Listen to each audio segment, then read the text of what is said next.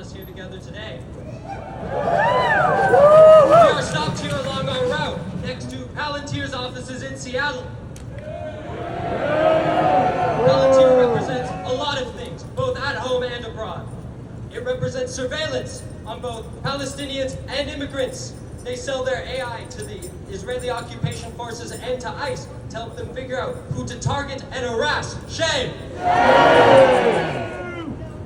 It also represents the tech oligarchs who have a stranglehold on our economy and our governments.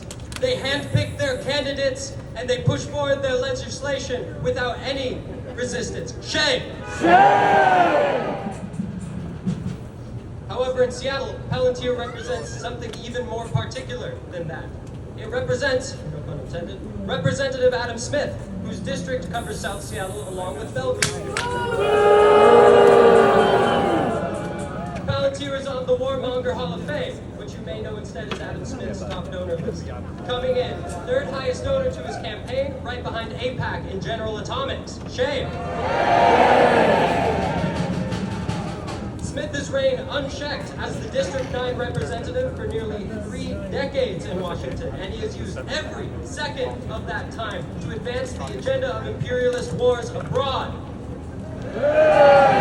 Despite his anti-Trump rhetoric, he falls in line just fine when it comes to sending bombs to blow up children in Gaza or voting to break strikes.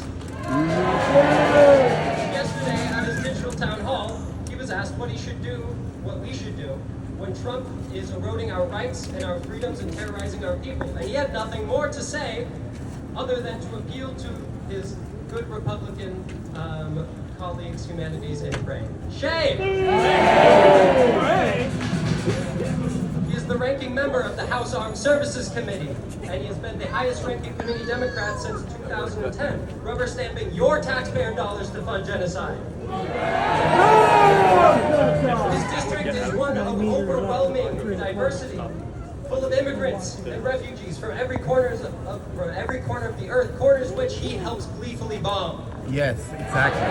Most of his district enjoys neither the wealth nor the infrastructure from Seattle's economic prosperity, because he spends his days signing those dollars over to his masters in General Atomics, Palantir, and more. However, it is for these exact reasons that Adam Smith is vulnerable. He's a rusty chain link in the long shackles of American imperialism. That's right. He confronted Smith at his Rusty in destiny. pressing into admitting that we must restrict the flow of arms to Israel to end this genocide. Although coward that he is, he stopped short of calling it genocide. He is tired, he is old, and he is weak. We have no illusions about Smith or the rest of his genocidal friends in Congress. They will not have a change of heart just because we plead. The only thing that will stop them is to make them afraid. And across the United States, we see it happening.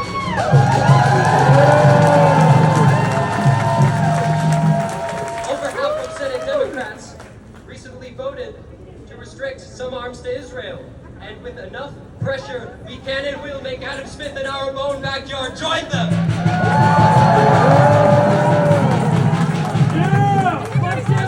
That's why has been building a popular movement against Smith over the last year. We've disrupted his events, we've confronted staffers in his office, and we've completely shut down his attempt to hold a reunion event at Foster High School.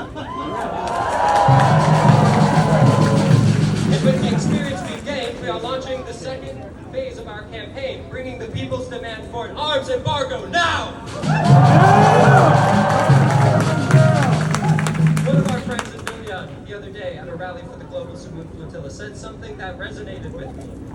That we have a duty not only to show up for Palestine, but we have a duty to evolve day by day and mobilization by mobilization.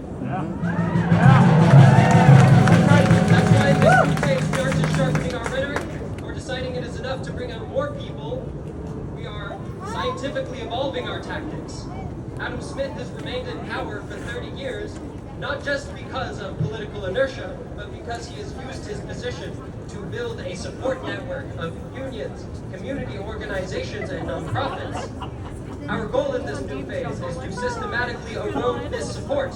We are developing individualized plans to bring Smith's crimes against the people into the spotlight so that one by one, his web of influence here in Seattle will cut their ties with him.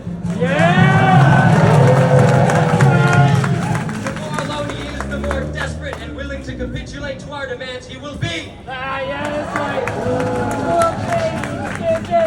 Part of our duty to evolve is also our duty to learn from comrades doing work in other places. Recently, the organizers from the Pierce County Immigration Alliance, and a few of them carpooled up here from Tacoma to be here. Give me a shout out. They successfully pressured the Franklin Pierce School District into dropping their $300,000 contract with ICE-loving Sheriff Keith Swank in only 2 months.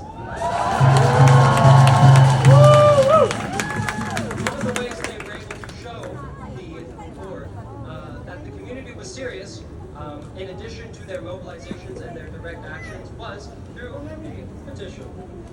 They wrote a letter signed by hundreds, which was the last straw before they cracked. Obviously, a petition won't mean a damn thing to Adam Smith, but to his network of support, most of whom are only misled, we think this will be a helpful tool in our toolbox to get them on our side. Our demands are this: Adam Smith will, 1, publicly support and co-sponsor all existing legislation which halts or restricts the flow of arms to Israel.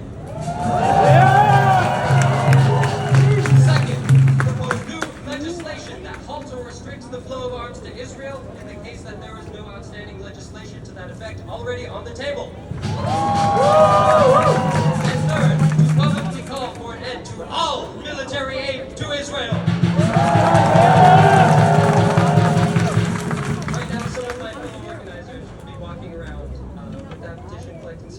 If you don't catch any of them today, find us at SeattleAgainstWar.com and head to our link tree.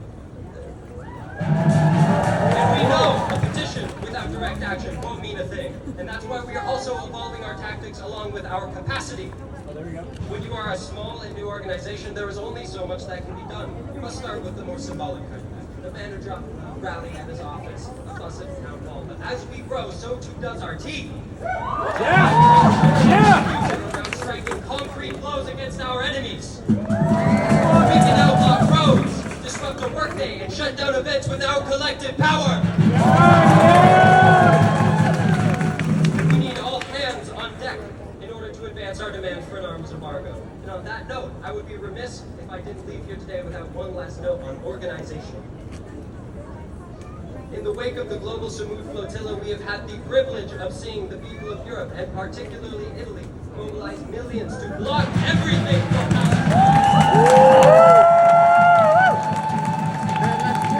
The students have walked out in their millions, much like many of us here today.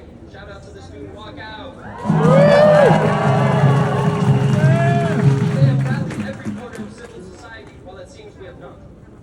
Many of us see what's happening in Italy, Spain, Germany, and France, and justify why can't we do the same?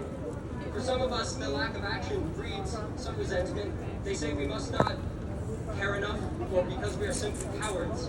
But mass escalation and general strikes do not simply come about because it is urgent, or because people want it, or because it is moral and good. A general strike is not built on good vibes. That's right. The Black Revolutionary Quamature said it best. They're organized, and Unless we are organized, there isn't anything we can do. Therefore, above all, we must be united. Organized!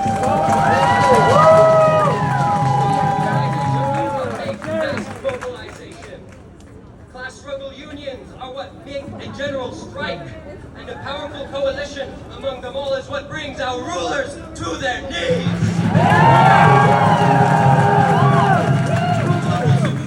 It did not simply happen, it was organized. The Italian general strike did not simply happen, it was organized. The Palestinian resistance does not simply happen, it is organized. Seattle Against War was founded to strike real blows against specific and vulnerable targets in our community, but it was also founded to be a bridge for the anti-war community, from those who have never been to a protest all the way to the most militant organizations among us. That's why it is important that we are targeting organized labor and community organizations in the move phase of our campaign, and why it is critical that if you walk away from this march, one thing, I want you to walk away getting organized! Because that is what it will take to block every day! Because that is what it will take to win in arms embargo! Because that is what it will take to free Palestine! Thank you all for coming out here today, walking out of school and taking time off work.